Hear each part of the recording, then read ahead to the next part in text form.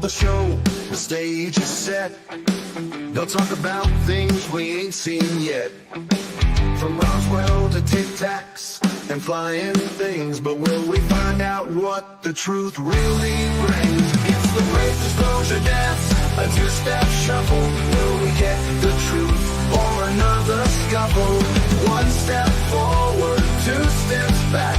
They're keeping it hidden in a classified stack. They talk about files and programs in the dark. Claim they're protecting us, but don't leave a mark. Whispers of secrets they just won't show. The truth in shadows they'll never let go. Oh, they got a dossier 10 miles high, with flying discs and radar skies. They'll dance around the point, won't get too near, just enough to feed the public's ear. Oh, that's the great disclosure dance, a two-step shuffle.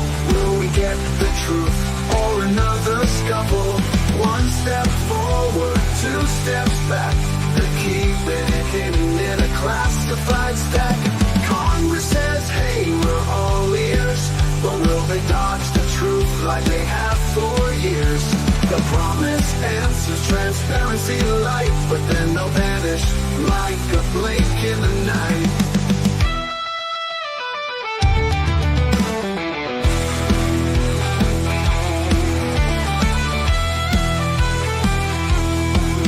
Is national security, a need to know for only the elite.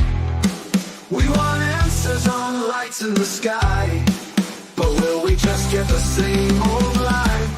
Oh, it's the great disclosure dance, a two-step shuffle. Will we get the truth or another scuffle? One step forward, two steps back. They're keeping it hidden in a classified stack. So we'll watch and we'll wait and we'll tune right in, hoping this time we'll finally win. But if they dodge like we think they might, we'll leave with more questions than answers tonight. So we'll watch and we'll wait and we'll tune right in, hoping this time we'll finally win. But if they dodge like we think they might, we'll leave with more questions than answers tonight. Answers tonight.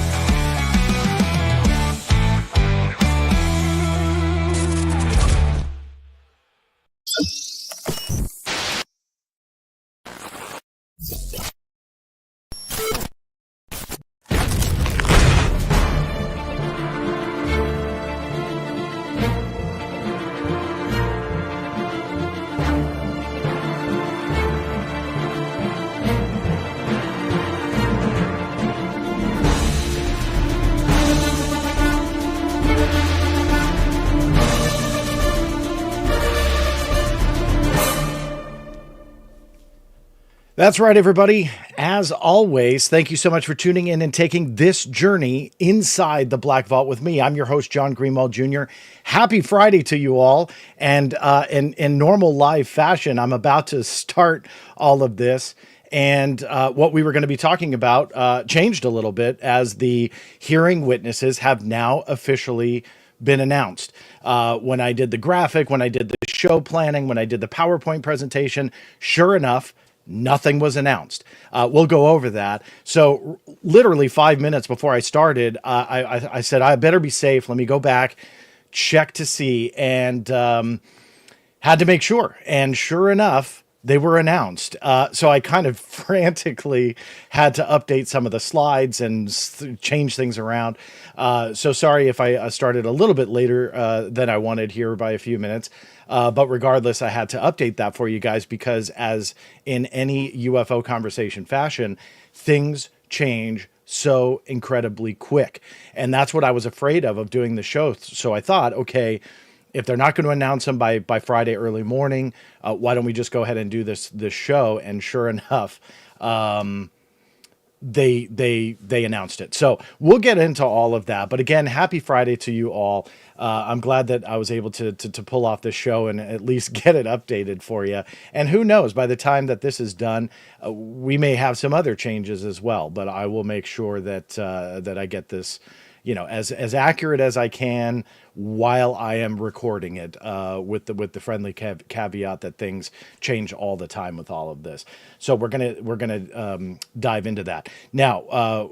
In the process of changing everything, I'm gonna have to go ahead and just bear with me here, bring up my screen again. So I had to lose that because I had to change it. So bear with me here. So what I'm going to do before we get rolling with the hearing is just update you guys very quickly on a story that I dropped this week. If you have missed it, then I would highly recommend to go check it out. For a very quick backstory, because I'll probably do a much longer video. We'll go through the briefings themselves. But recently on this channel, I talked about how the U.S. Navy released a briefing that they had done to NASA. This was the result of a FOIA request that I had done. And that was finally released. So we got kind of an inside look at how the UAP Task Force had briefed NASA. And this is an example of one of those things that you pay attention to every little minor detail, because this stemmed from previous FOIA requests and figuring out what date the briefing took place. So again, you just kind of stem off of that, file new FOIA requests, get the documents. So in addition to that, so that video is already on the channel. Definitely check it out. It's been a very popular one of the recent postings of mine. So definitely don't miss it. So now, this week, after that video dropped, the Navy released even more. This stems from literally years worth of FOIA requests that I have filed chasing various briefings and the PowerPoint presentations, and even getting denied in full, having to appeal. And I can tell you, again, without making this a video in itself, the Navy FOIA process is so incredibly difficult. It shouldn't be this way, but they have just really kind of, I'm sorry, but messed up in the last quite a few years. And they got into the process of closing FOIA requests and essentially saying, hey, we're going to post these eventually on the reading room, but would essentially close the request, which they are not allowed to do. So their decision was, we'll close your request, and sometime in the future, we'll post these to the online reading room. So I threw a tizzy, because that's, number one, not how FOIA works, but number two, makes it so hard to keep track of everything. You get FOIA case numbers for a reason. You are legally obligated to get certain responses within certain timeframes for a reason. Doesn't mean the case is going to be done in a certain amount of time, but you're supposed to be able to follow up and say, hey, what's the status of this FOIA case number? They're supposed to give it to you. So it was just an absolute mess. Well, I fought for some of those cases to remain open, which they did. And again, these went back years. Well, finally, kind of all of them were responded to at the same time frame, and they dumped a lot of the briefings onto their reading room. And then I got the FOIA response letters, one of which I haven't talked about yet, not only on social media, not on this channel, nothing. It just came in this week. I had posted the briefings. Here's a rundown of what those are before I get into that letter I haven't talked about. But there were 5 of them that you can download, all stemming from the UAP Task Force days. So this is not anything to do with Arrow, but rather the task force. One was for the Naval Intelligence Director of the Naval Intelligence Activity from February 27th, 2020. Another was the briefing for the House Armed Services Committee from March 11th, 2020. The briefing for the U.S. Marine Corps, that date was unknown, likely circa, mid 2021 or so. And then the briefing for the House Permanent Select Committee on Intelligence, May 17, 2021. And then briefing along with some emails that stem from Stratcom.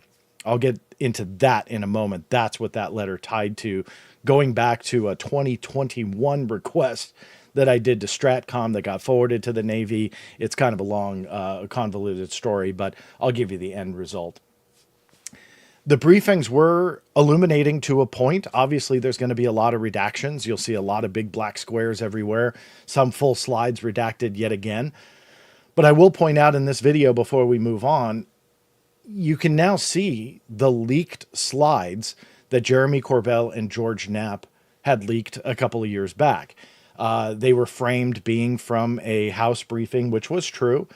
They were said to be unclassified slides, which by looking at this, they are not. You can see that some of what they released in a leaked area, let me get my laser pointer here. They released this in the leak, but the government would not, which means that it is sensitive and or classified. It is a classified briefing, which I know that they did report, but the slides themselves were definitely classified to a point. You can see a lot of redactions here under B1. That's national security and or classified information or both. And they're not released in their entirety, which shows us people were leaking potentially classified information here. In my viewpoint, it is classified. So I've always been fascinated by the lack of action that the U.S. government took on the leaking of these. No, I don't want anybody in trouble. No, that's not what that comment is about. But rather, the U.S. government jumps on even controlled unclassified information, or CUI, that leaks out or gets posted on social media. There have been some headlines in the last few years, and boom, DOD is all over it. Press releases, we're investigating, and they even, will sometimes catch the person and take action. With the UFO stuff being leaked from likely secret or top secret documents, you can see here the classification is fully redacted in itself. It's like they don't care. And that always has intrigued me. It's like, why? Again, it's not about getting people in trouble, but rather it's like they want this out. Do they want the leak? Are they responsible for the leak? Meaning people within the government that would essentially create these types of investigations. They're the ones involved. Who knows? I mean, there's a long laundry list of explanations there, but I've always been intrigued by that. Well, now we see the briefings where they came from. And although I'm not going to name names, look at where the briefings, who they were for and who likely had a hand on them. And was this somebody from the UAP Task Force that was leaking this out? Somebody from the House that was leaking this out? Or the committee staffers that may have gotten their hands on this or have seen it?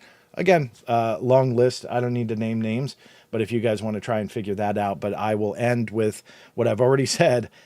It is fascinating to me that the government has seemingly not cared about all of this leaked information, and some of which was classified, which I would say the Mosul orb, I have been able to prove without a doubt it's classified. So yeah, it's an interesting part of this whole saga. Here's another frame for you from the slideshow.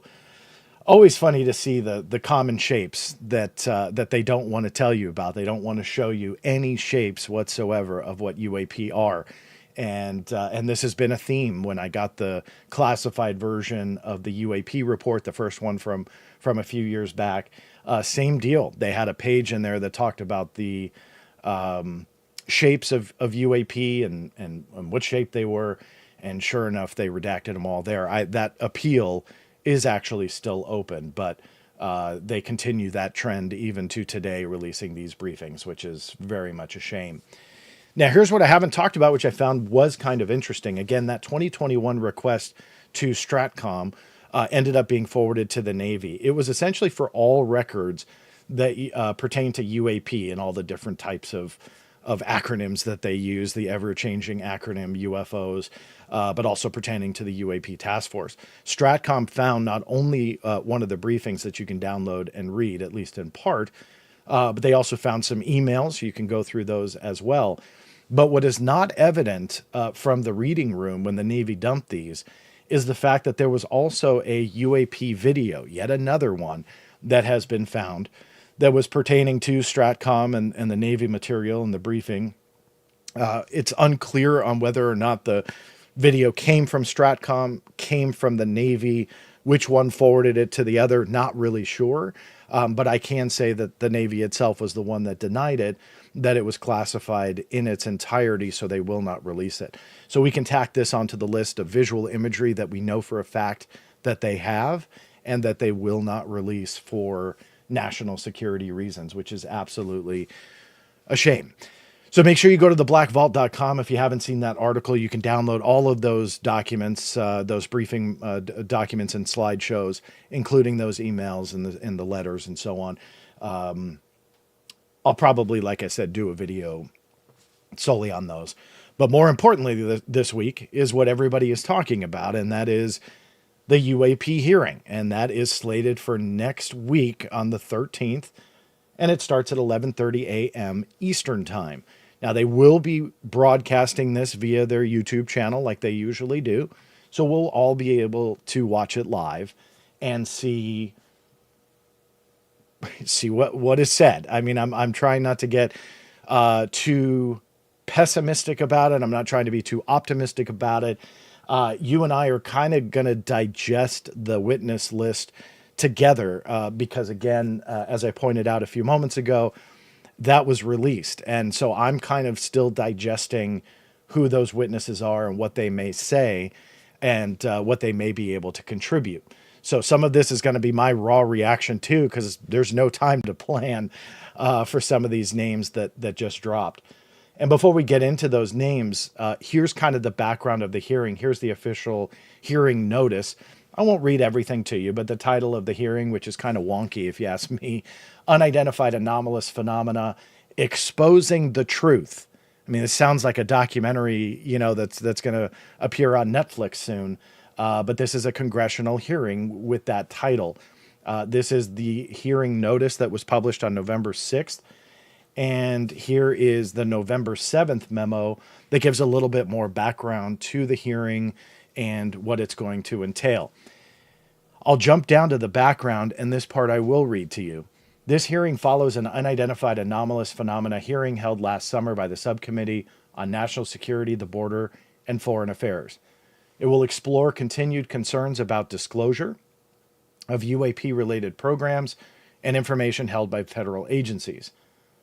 It will explore transparency issues surrounding the DoD and the intelligence community, including its disclosure of spending information and its policies and procedures regarding classification and declassification. The hearing will also examine the work of DoD's congressionally mandated All-Domain Anomaly Resolution Office, or AARO. The hearing purpose, this hearing will broadly examine issues related to overclassification of information, along with a reluctance to declassify information where appropriate. It will attempt to shed further light on recent journalistic accounts concerning secret federal research programs on UAPs not disclosed to the American public. As of yesterday, they had not released the witness list, to be determined. So we were kind of left in the dark. Now, I want to sidetrack for a moment and give props to D. Dean Johnson. I've mentioned him quite a few times on this channel. Here's yet again, thanks to him, those memos and stuff, he is absolutely on the forefront of covering these issues with Congress, the hearings, the legislation. He's got an incredible knowledge base that he has to offer on top of being able to offer these stories. And he trumps mainstream media many, many times when it comes to this. So if you do not follow him, definitely do so. He is most active and quite possibly only active. I only follow him on X because that's where I see most of his stuff. I know that he has, you can see here his article link, but when it comes to social media, I think he's most active on X. D. Dean Johnson is his handle. Definitely make sure you follow him because he is, like I said, on the forefront of it all. So let's get to the witness list on now who is involved in this hearing. Now, Rear Admiral Timothy Gallaudet, we've already known that he was going to be involved. He has posted this publicly. He did so on LinkedIn. He also did so late last month on X. Looking forward to testifying at this. And here, Dean Johnson there again. So he had retweeted him. But you can see here that he was openly saying that he was going to testify. Now, if you don't know Rear Admiral Gallaudet and his background, he was the former acting administrator of NOAA. That's the National Oceanic and Atmospheric Administration. Currently in the private sector, he's the CEO of a consulting firm called Ocean STL Consulting, LLC. For those who follow Ryan Graves and his Americans for Safe Aerospace, he's on the advisory board for that. He's also a research affiliate with Avi Loeb's Galileo project, at least the last I checked. So obviously he's got a lot to offer here with his background expertise. And I know that he's got a very much a special interest in the USO phenomena, or unidentified submersible objects or submerged objects, depending upon who you listen to, but USOs. So it'll be really interesting to hear what he has to say and what he has to offer, crossing my fingers for firsthand experience that he can offer the committee and to the general public. Mr. Luis Elizondo is now confirmed. Lots of rumors out there, and he was rescheduling a couple of his events. Clearly, that was kind of indicative that he was going to be a witness testifying. Now it's confirmed. He is the one that says that he led the Pentagon's Advanced Aerospace Threat Identification Program that focused on UAP investigations. That's obviously very controversial when it comes to the official standpoint of the DoD. Don't kill the messenger. That's just what the DoD says. So regardless of you, me, or anybody else in the general public believing that aspect of him, and the DoD has been caught in quite a few lies, there's still a lot of unanswered questions about that history. So I will be very curious to see if any of that comes up. Because let's assume for a moment, Luis Elizondo is telling nothing but the truth. ATIP was a real program, fully funded. They investigated UAP on an official basis. The DoD was primarily left in the dark when it came to their leadership. All of that is true. Let's assume that for a moment. Then that roots to the DoD attacking this person, which goes to the secrecy, which goes to the conspiracy, which goes to the heart of why we're having this hearing in the first place. So it makes people uncomfortable, and some people are just tired of hearing it altogether. But if you ask me, it's an incredibly important conversation to have. So how that's going to be handled, I don't know. Will it come up? Who knows? But it is something that is kind of the pink elephant in the hearing room here that needs to be dealt with, because if it is a massive conspiracy against Luis Elizondo, then we should explore that, and Congress should explore that and start to ask questions. If we haven't been fully told the truth, maybe just partial truths for maybe an effort that's worthwhile, but done in the wrong way, and we weren't told everything, well, that's important too. And that's important to explore and start to separate here truth from fiction, because that's what this hearing should be about.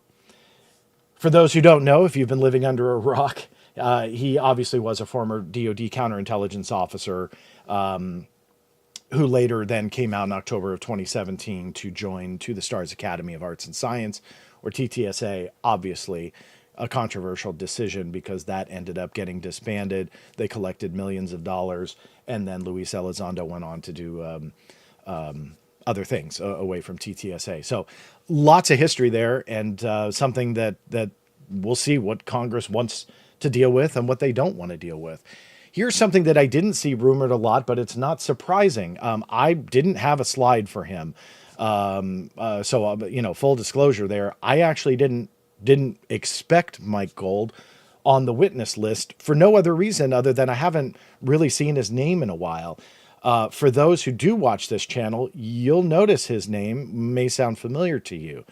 I had first discovered Mike in emails within NASA and started tying him to then Bigelow Aerospace in the past. And there was that UAP history to him, and he started showing up on these NASA emails that I first started publishing years ago. And so I had profiled Mike at that time, and seemingly has just this very interesting background when it comes to not only his NASA work, but then before that with BASS themselves. So it will be really interesting, because we haven't heard from Mike a lot in the public realm. He has since left NASA. He's in the private sector, as far as I know now. So this bio, which I quickly put up for you guys, as far as I know, is up to date. But again, this was kind of last minute because Mike's name was thrown out there just moments before I went live. But I'm excited about this. I've spoken to Mike once before. Seems like a knowledgeable guy, great guy. I don't know much about what he's going to say, because again, he really hasn't talked a whole lot about it. There was a video that floated around years ago that he was at a conference or something like that, and somebody had asked him about UFOs.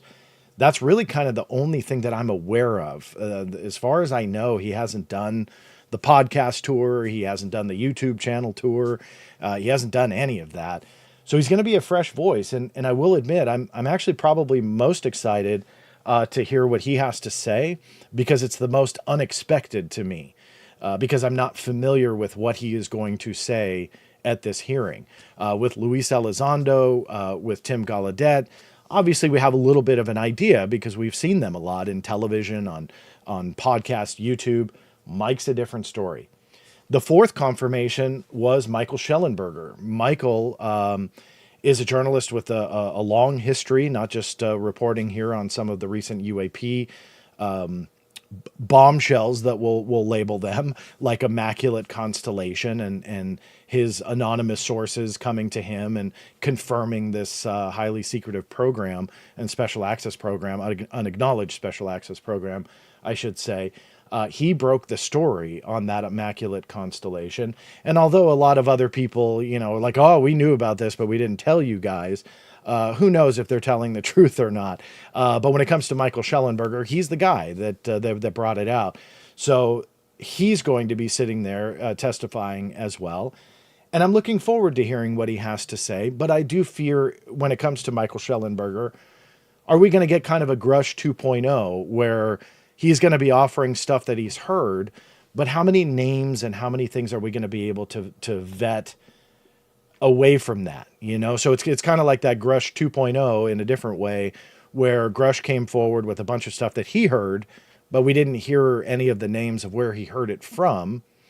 Now we've got a journalist who's going to be kind of saying very similar things with these programs and these types of efforts, and yet his sources obviously have been unnamed up until now. So I'm not really sure how that's going to be handled. Or is he going to be able to offer that in closed doors for privacy reasons to committee members so they can follow up with his sources? I mean, that's something I highly doubt, just because journalists don't reveal their sources in that way, unless, of course, he has permission to do so. So a lot of unanswered things there, but we'll see what happens. This is the list that was sent out there. Again, thanks to Dean Johnson and these quick slides that were made right before I got on the air here. All the more reason, make sure you follow that guy. Now, who's not on the list? And that would be Mr. Christopher Mellon. If you watch social media, you know that this was a little bit of a firestorm this week on the reality that people faced, that despite rumors that went around, he would not be testifying. Now, I'm sure you know Mr. Christopher Mellon's background, but for those who don't, he served as the Deputy Assistant Secretary of Defense for Intelligence under Clinton and George Bush. He worked with the Senate Intel Committee, focused on intelligence and security policy. He also joined to the Stars Academy of Arts and Science back in 2017. He was very interested in UFOs and UAP prior to that, had a history himself. But with his background, his name, and the power that he wields politically, that was something that was very intriguing, I think, for a lot of people, because he was somebody that you would recognize. He did have this provable history, and he had a lot to say. He believed in what he was doing. He was also instrumental in releasing those 3 famous UFO videos from the U.S. Navy, the FLIR, the Gimbal, and the Go Fast. He didn't release them officially, so let me make sure I clarify that, but he got them leaked to him. They were not officially released, despite what you may have heard, and he took them to the New York Times. Where he got them from, nobody's officially confirmed. I personally feel that one is very easy to peg, but he was the one that took them to the New York Times. So with his history, his name, his involvement, his knowledge, I really was hoping that he was going to be testifying. But unfortunately, Dean Johnson had reached out to him and asked him about the rumors that were circulating that he was going to be there. Let me read the message that was posted online that went to Douglas Dean Johnson. This is from Chris Mellon. I agreed to testify in September and was very much looking forward to appearing. However, I have a long planned trip with my wife that conflicted with the new date. Very disappointing, as I have some new information and ideas to impart that I think could have been helpful and of considerable interest. Perhaps another time. Regards, Chris Mellon. I'm going to be fully honest with you. I was really let down to read that. I mean, look, I'm married. I got 2 kids. If I had a long planned trip, I totally get it. You don't want to face the wrath of your significant other if maybe she has nothing to do with this and doesn't care. Congressional hearing, maybe I think mine would actually be okay with it. But look, I'm not going to pass judgment. That's his personal life. Those are his personal decisions. He's not a government employee that's skipping out on something that taxpayers are paying for at this time. So look, I'm not gonna judge the guy. Obviously, the internet is judging him pretty harshly in some areas. And maybe maybe it's rightfully so in some arenas there, because he worked hard to get this done. Now, it's here. There's a UAP hearing. He has the opportunity to testify, and he can't because of a trip that he has planned. So that was kind of a letdown for me to see. So that's not meant to be an insult to him or an attack, but rather just an honest, hey, look, I want to know the truth here. And if you are able to bring something to the table in a hearing like this, that's not a podcast, a YouTube channel, or our cable network channel, let's do it. Let's finish this. But unfortunately, other things conflicted with that. So he will not be appearing. This slide doesn't matter anymore. This is just the rescheduling of Luis Elizondo's to rescheduled. Obviously, I was kind of putting a guess out there that he was going to be testifying based on the rescheduling of everything. But there you go. Now, it should be interesting to point out for those that aren't fully aware, it wasn't the last UFO hearing, UAP hearing, because these things do not happen all the time, was July of 2023. Now, you do the math. We're looking at, what, a year, almost a year and a half or so since that.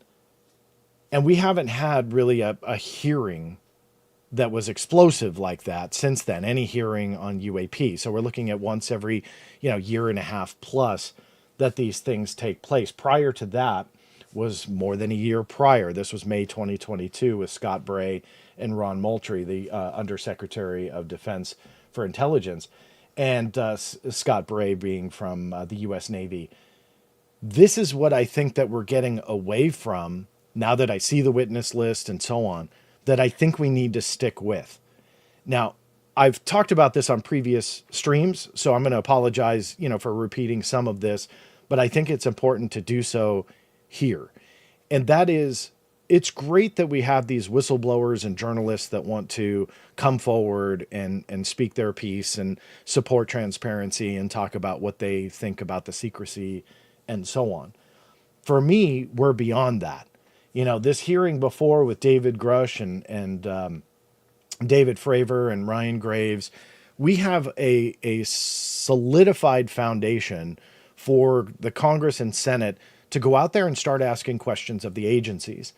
Now, regardless of what you think about the claims of David Grush, and that's fine if you doubt him, where I'm going with this is that there's enough of that foundation for Congress to go, okay, let's now sit these agency heads in this seat. Not more witnesses or whistleblowers, unless, of course, they bring absolute evidence and unverifiable evidence to the table that's undeniable and earth-shattering, then fine. Yes, bring them to the table. But what we don't need are more stories.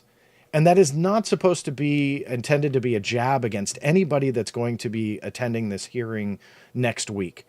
I believe their voice is important, and I believe that they should be heard. But what should take precedence are the agency heads responsible for the secrecy that you guys saw in the very beginning of this show before I got into the hearing about what we are facing through Freedom of Information Act requests and stonewalls on that front, and really start pressing the agencies on why that is. because I've said it quite a few times, but it's important pointing out that when you have highly classified platforms like the MQ-9 Reaper drone that films video of a mid-air encounter with, let's say, a Russian jet spraying fuel all over, those classified platforms that, yes, are acknowledged. We know the MQ-9 Reaper is a real drone. Their capabilities, however, are a different story. Yet when those types of incidents take place, we get those videos within hours of the incident itself, which means they get the video back, they review it for security reasons, they have press releases, press conferences, and so on, and blast this out to the general public and the general media within hours, if not a day, after it happens. There's no secrecy there. There's no technical capabilities. We need to hide this type of excuses. There's none of that. It's thrown out there because it's beneficial to show it. The secrecy behind the MQ-9 Reaper drones, capabilities, and so on have nothing to do with it. It's not even an issue. Yet when UAP encounters happen, you have this overclassification, this over secrecy that just plasters any video in its entirety. In totality, it is completely classified. They won't send it to you. Look at the beginning of this presentation if you missed it. I was talking about an unrelated story to the hearing, but just to keep you guys updated. But the point is the exact same thing, wherein that video is classified from head to tail, from top to bottom, from the beginning second frame to the last frame. It is classified. They can't give you anything. Reaper drone takes video of something else. Crystal clear, amazing footage. That kind of stuff has to be justified. I think that we now have that established testimony from not only David Grush. So again, even if you don't believe him, we have it from the pilot that encountered one of these things. We have it from another pilot who has worked with lots of pilots that talk about these things, that has spearheaded an effort in the name of aircraft safety and the safety of our pilots. You have enough now to look at and go, okay, this is something that we need to ask for. And back in May of 2022, when these guys were, kind of poked and jabbed a little bit by the committee back then, there were some great questions. Why have we, since May of 2022, not gotten additional answers on the USO issue that was asked about? And then they said, well, we got to go behind closed doors. Why is it that when they were pressed about some of these incidents that lacked an explanation, I think that they brought up the Tic Tac encounter, if memory serves. What has happened since then where they've tried to either figure out more about that specific case, or is that an ongoing issue? What types of things have they learned since then? So we need to hold their feet to the fire, meaning the government agencies and these types of efforts, which is now Arrow, put them in the seat and go, okay, what have you guys really determined here? Why are you blanketing everything as national security and not allowing any of it to be released? And we don't have that yet. I don't understand. So let me go back to that official press release by Congress and reread this section. It will explore, meaning the hearing, will explore continued concerns about disclosure of UAP-related programs and information held by federal agencies. It will explore transparency issues surrounding the DoD and the intelligence community, including its disclosure of spending information and its policies and procedures regarding classification and declassification. The hearing will also examine the work of DoD's congressionally mandated All-Domain Anomaly Resolution Office, or ARROW. This hearing will broadly examine issues related to overclassification of information, along with a reluctance to declassify information where appropriate. That sounds great, okay?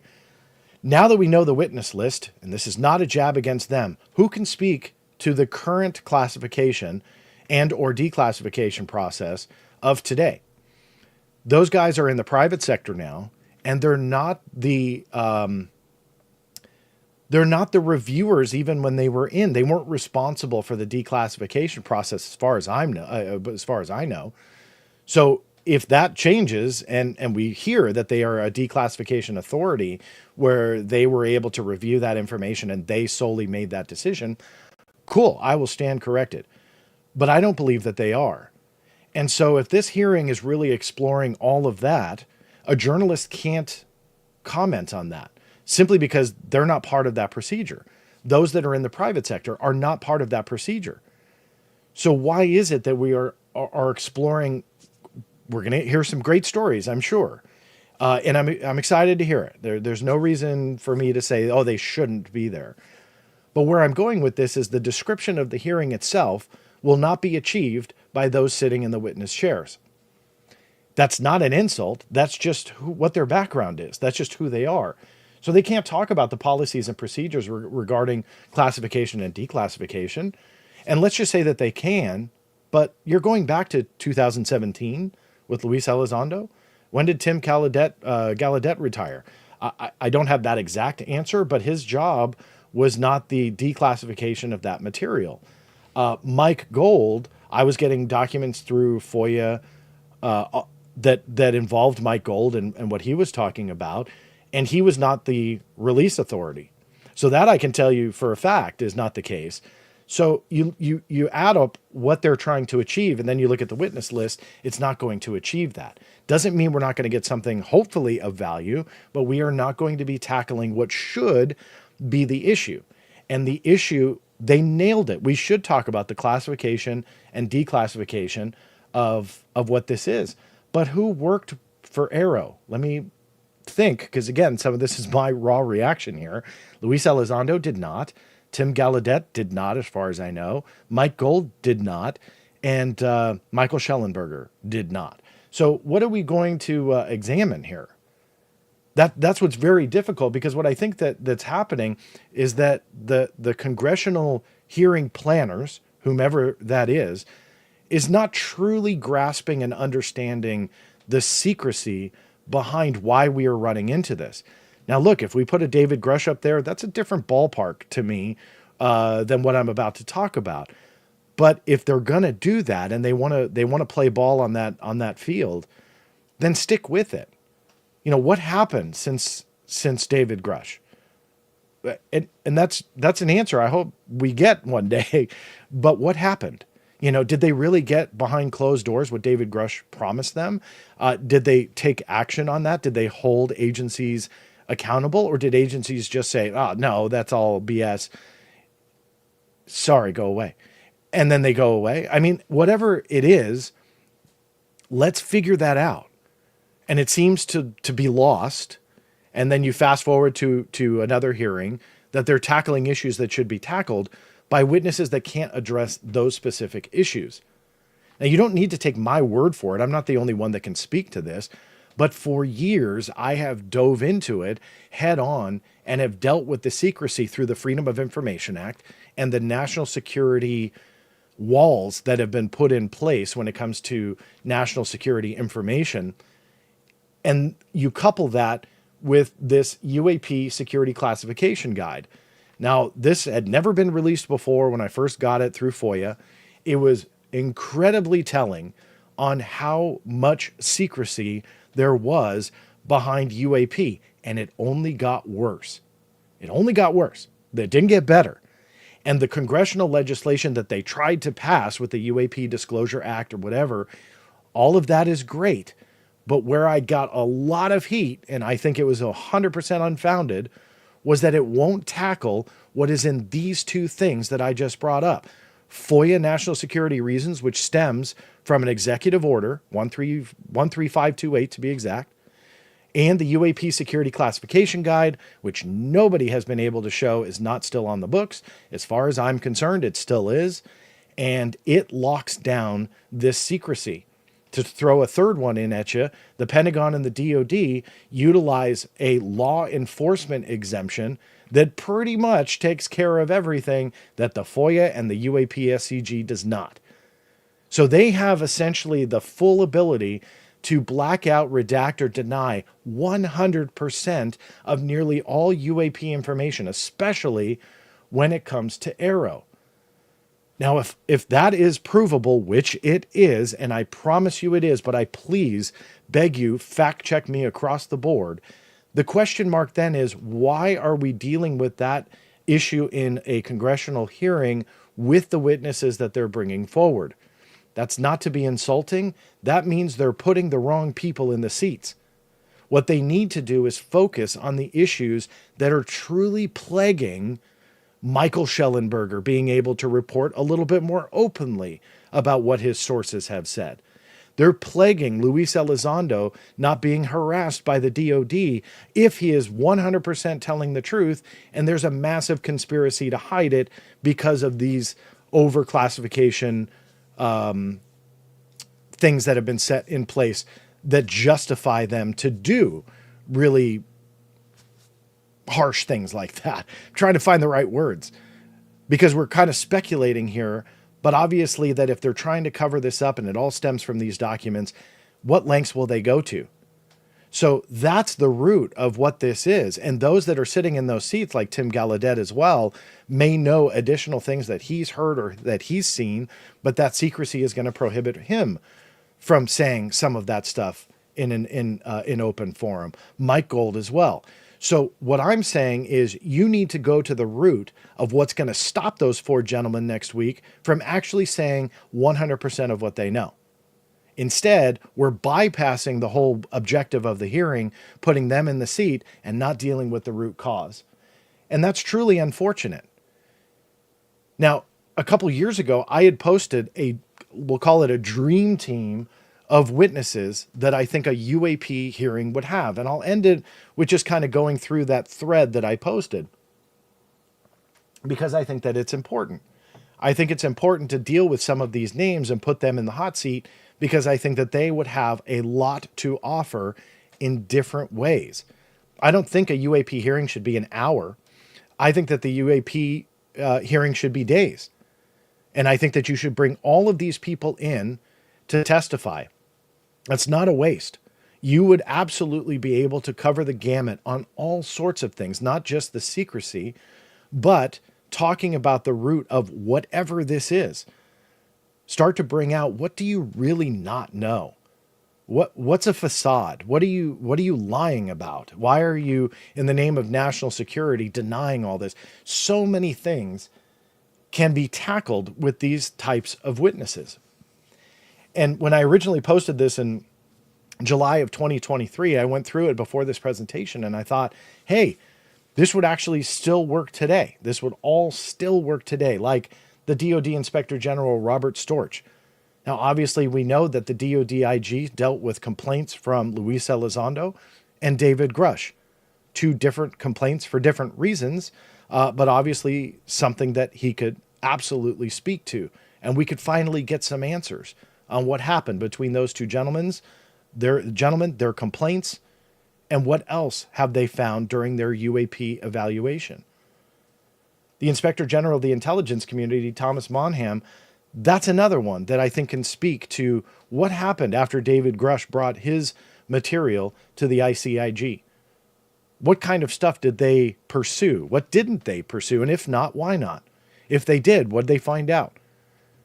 So there's a lot there that can be handled just by those two inspector generals that they could really bring to the table. But you add in the Secretary of the Air Force, Frank Kendall, then you've got a whole other military branch that's been mysteriously mum about this entire topic and has been for years. Yet they were the one in charge of the UAP investigations decades and decades ago. All of a sudden now the DOD's pursuing this phenomenon again, and the Air Force is seemingly nowhere to be found in a lot of arenas. And yet UAP report gets published, the very first one, and we see one of the contributors was the Air Force. So they too have a big involvement today, but I want to know why they're so quiet. We hear from the Navy, we hear from the DOD and the Pentagon, but we don't really hear from the Air Force at all. Secretary of Defense Lloyd Austin should also be held account, being the Secretary of Defense, on what his military branches are doing. And I think that there should be questions posed that if he fully supports and endorses that level of secrecy, then he should explain why. Director of National Intelligence Avril Haines, she's one that I think would be great up there. She's spoken openly about the overclassification, not just in relation to UAPs, I'm speaking broadly, that overclassification is absolutely a problem. And that is something that needs to be dealt with. I think she would be great to have up there. CIA Director William Burns, that's another one that I think is that redacted name and contributor and partner of these UAP investigative efforts, but it's redacted. I can't think of many agencies that would fill that blank, but the CIA. And so why is the CIA's involvement essentially classified? Why have they as well been incredibly quiet about UAP? You would think if it truly is this worldwide phenomenon that's plaguing our military and overseas assets and so on and so forth, that they would at least have 2 cents to offer. And I would love to hear it. Obviously, we are going to hear from former DOD intelligence, former DOD counterintelligence agent Luis Elizondo. That's great. I think he should be up there. I have said for a long time he should testify. So I'm eager to see what he has to say. But I also think you should have the former Director of Defense Intelligence for Counterintelligence, Law Enforcement, and Security, Gary Reed. If you followed the Luis Elizondo saga, you'll know that Gary Reed became the villain of that story. Now, whether it's rightfully so or not, I'm not gonna say, because I don't know for sure. What I can say for sure is he became the villain. Luis Elizondo believes that this vendetta was launched by Gary Reed. And yet Gary Reed wrote the internal documents that I got through FOIA through the December 2017 timeframe that I believe went all the way to Secretary of Defense at the time, James Mattis. And that Mattis himself hand wrote on this memo to Reed and asked numerous questions, essentially showing concern over Luis Elizondo's exit from the DOD. Now, the Pentagon sadly would never confirm that was Mattis's writing, but I analyzed his writing and I showed on screen, I did a presentation on this, and it's pretty much a match. I mean, they wrote incredibly similar. So I took his actual handwriting analysis, actual handwriting, and coupled that with what was on this memo, and it was pretty much a match. I love handwriting analysis. I studied it many years ago. My mother actually was the one that got me into it years and years ago. She was certified in handwriting analysis, and you can tell a lot on handwriting and emotions and character traits and so on. Sounds crazy, but man, it is really a fascinating topic. So that was another thing that I think that had come out of that I think Gary Reed should be up there too. And again, despite whether that hatred and him being a villain was justified or not, I think that we should put him in that hot seat to figure it out. We've already heard from David Grush, but I think we should hear from him again. I think that another hearing again I wouldn't be top of the list because we have already heard from him, but he would be someone that I feel is absolutely important and crucial because I want to know what the follow-up was. If he was harassed after and these rumors of death threats and so on, bring all that stuff out. So I would love to hear from him again. These two should be a long time coming. Adjunct professor from Baylor University, astrophysicist Dr. Eric Davis, and the former director of the DIA, Vice Admiral Thomas Wilson. Why? Well, look up the Thomas Wilson notes if you have, or Eric Davis, Thomas Wilson notes. They go by quite a few different names.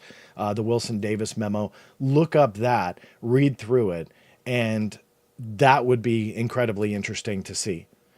And to really put Eric Davis, who all but essentially said that he wrote those notes on Facebook, so now he's at least admitted that much. I personally, I said in the first video I did on those years ago, it's not whether or not he wrote the notes. Maybe he did, maybe he didn't. It's irrelevant. For me, it's do they depict actual events? And did a meeting really take place between him and Admiral Wilson? And that's what I have always questioned. And I think when you put both of them in the seat with Eric Davis's background through OSAP and what his research endeavors were through that, they could add a heck of a lot. Investigative journalist Ross Coulthart, that's a given. Ross has said he's got witnesses that told him the exact location of a giant UFO that is too big to move. So they built a building around it. And he knows where it is, but he won't tell you. I think he should be put in that hearing seat. I think that he should be questioned about that. Again, not an attack whatsoever, but it's kind of a letdown to hear that if humanity can change by the information that he has as a journalist, I think that he should bring it out. That doesn't mean burn his source. I believe bring it out and blow this whole thing wide open. And that comment is not just towards Ross and the knowledge that he has, but to every one of these people that I bring up. And the knowledge that they have, if it could really change humanity, then do it already. That doesn't mean you burn your source or put somebody in danger. That means you change humanity with the knowledge that you claim you have. And if you know of an alien craft so big that they couldn't move it, and you know the exact location where they built a building around it, then bring it out. I think that that's a reasonable ask. Former Director of National Intelligence John Ratcliffe, I think he would be great. He's a name you don't really hear much anymore because he's not in government. But I think he would have a lot to say. Let me play you a clip. It's about a minute, almost 2 minutes.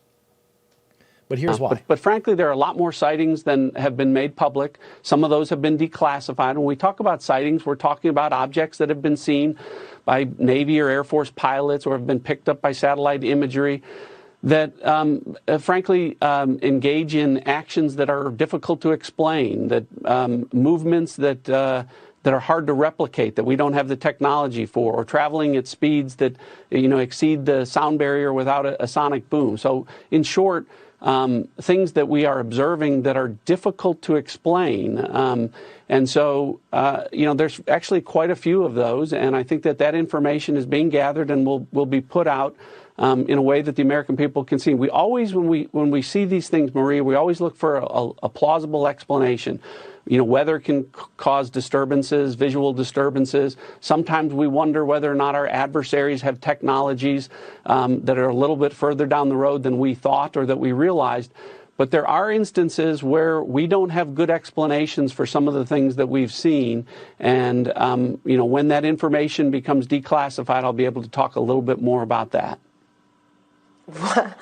Can you tell us where it was seen? Actually, all over the world. There have been sightings all over the world. And when we talk about sightings, the other thing I will tell you is it's not just a pilot or just a satellite or some intelligence collection. Usually we have multiple sensors that are picking up these things. And so, again, some of this are they're unexplained phenomenon.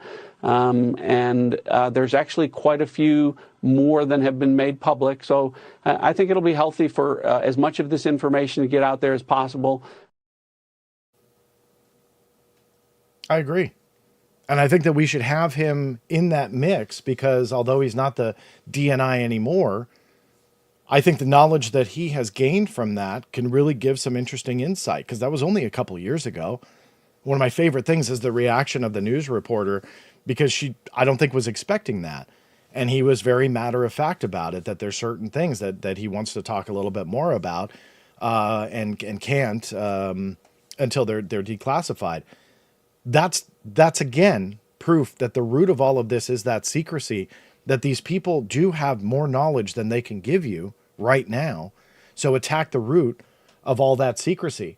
I'd love to see Jay Stratton in the seat. I'd love to hear more about his UAP task force.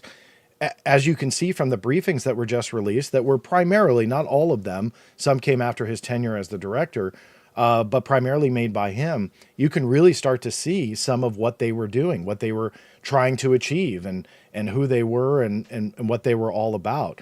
There's one media outlet that's really tried to paint them in like this crazy light. Well, now the documents are coming out, I feel that it's just not justified. And I think that they were kind of in the beginning stages of trying to identify these things, trying to see that there was a problem. They were kind of branded as this chasing alien type of group, yet nowhere in these briefing documents or anything that we can see anyway about aliens. Rather, it was an issue for safety, for national security concerns. It's a really amazing look inside something that we haven't really seen yet. And I think that it shows the beginning stages of what has led into Arrow and these other efforts. But that was very much the beginning. I'd love to see and hear from Jay Stratton himself on exactly what they were looking at, what they found, what they concluded at that time, and juxtapose that with let's say, Dr. Sean Kirkpatrick's testimony and what he talked about when he testified at that one hearing. I didn't mention that earlier, but he was one that has testified as well. So why can't we juxtapose that and see what the difference is? Pentagon spokeswoman Susan Goff, that's another villain in this story that many people attack. And again, maybe rightfully so, but regardless, she should be there. She has been now for a couple of years the sole voice to the UAP issue when it comes to the DoD and the Pentagon. Prior to her, a few years back, that was not the case. We were able to get statements from the Navy. We were able to get other statements from agencies that were willing to give them. But now it's all locked down to her. The Luis Elizondo comments are continued to be given by her and solidifying the stance of the DoD about ATIP and Luis Elizondo's role, or in their view, lack thereof. She's the one that gives out all of the Arrow statements and orchestrates all of that. She's the one that apparently is being notified about FOIA releases. I think that some people have embellished that reality a bit. I don't believe she plays a role, but I want to know why she's involved at all in those documents that came out. So there's a lot there that I think you can explore just with her. And lastly, I'll point out Director for Defense Intelligence Collection and Special Programs, Neil Tipton. He's the former, I should now add, since I first wrote this. He still worked in the U.S. government, but he does not now. I think he should be there. I think that we should understand why now through FOIA. Before that, there were some leaked documents and so on. But now we have a more solidified picture that when Luis Elizondo was leaving the Pentagon, he was talking to Neil Tipton about essentially carrying the reins of ATIP, that he was going to be taking this over. Now, you could tell that he was a little bit confused about some of it, that he wasn't sure. But if you look at it chronologically, 4 to 6 months or 4 to 6 weeks or so after that confusion, he kind of seemed very much on board with taking over whatever this ATIP was. The memo that was written by Luis Elizondo that was supposed to be signed and potentially implemented by, I believe, Deputy Secretary of Defense, not Secretary of Defense, but the deputy, that Luis Elizondo wrote this memo to essentially pass the reins to Tipton. That's a very interesting history there that is not really told. We got a little bit from Luis Elizondo's book, but I want the other part of the story. And I think that there's more there. In fact, I know that there's more there. So I would love to hear that from Neil Tipton on the record to see exactly what was going on in that I guess that would be September 20,000, excuse me, I'm getting tongue-tied, September 2017 timeframe, and what his involvement was or lack thereof, and really start to get into this. That's a hearing. To me, that's what we need to focus on. That's what we need to see. We need to understand where the root of the secrecy is and how to tackle that. I've spoken about it for years and years, before ATIP was even mentioned by the mainstream media, before Luis Elizondo popped on the scene. The secrecy has been insurmountable. And as 2017 came and went, and 2018, 2019, the secrecy got worse. The UAP security classification guide made it worse, made it a lot worse. Fast forward, the DoD implemented something that I do not think is legally justifiable, and that is the blanket law enforcement exemption that they utilize. That needs to be dealt with. That is the hearing that we absolutely have to see. And I hope we see it. The names that I just went over are just some. They're not all. I think that there are quite a few other ones, James Lakatsky being another one off the top of my head, that should all be in there. And it's time to separate that wheat from the chaff, understand the secrecy and why it's there, and figure out if it truly is overclassification that can be fixed. Like Avril Haines has talked about, generally speaking, about the overclassification of our intelligence community and our government work, that needs to be dealt with. But if Congress keeps bringing in people that are not able to address what seems like to be a really good effort with this hearing, but if they can't speak to that, we're just going to get more stories that the general public is going to be left with more questions than answers.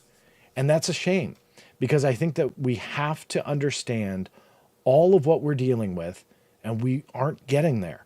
And if we have to wait 1.5 years and 2 years between UAP hearings, we can only cross our fingers in hopes that our grandchildren figure out the answers, because we definitely will not.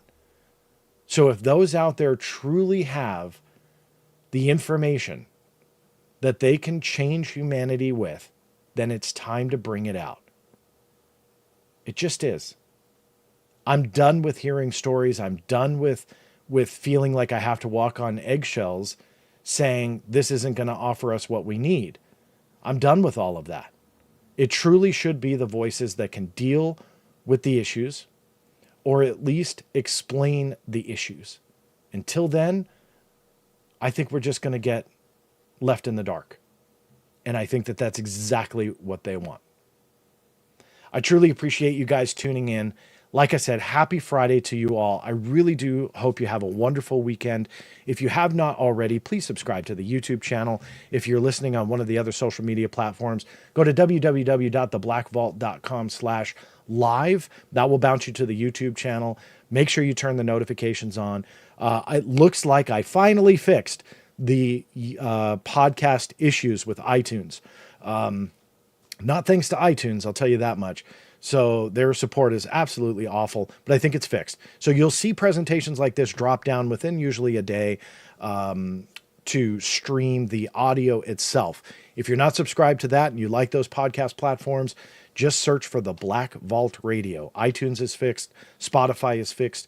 If you use another service and it seems to be broken, then let me know and I will make sure that that is fixed as well. So thank you guys again. Really do appreciate it. Hit the thumbs up on your way out. It does help me a lot. That said, this is John Greenewald Jr. signing off, and we'll see you next time.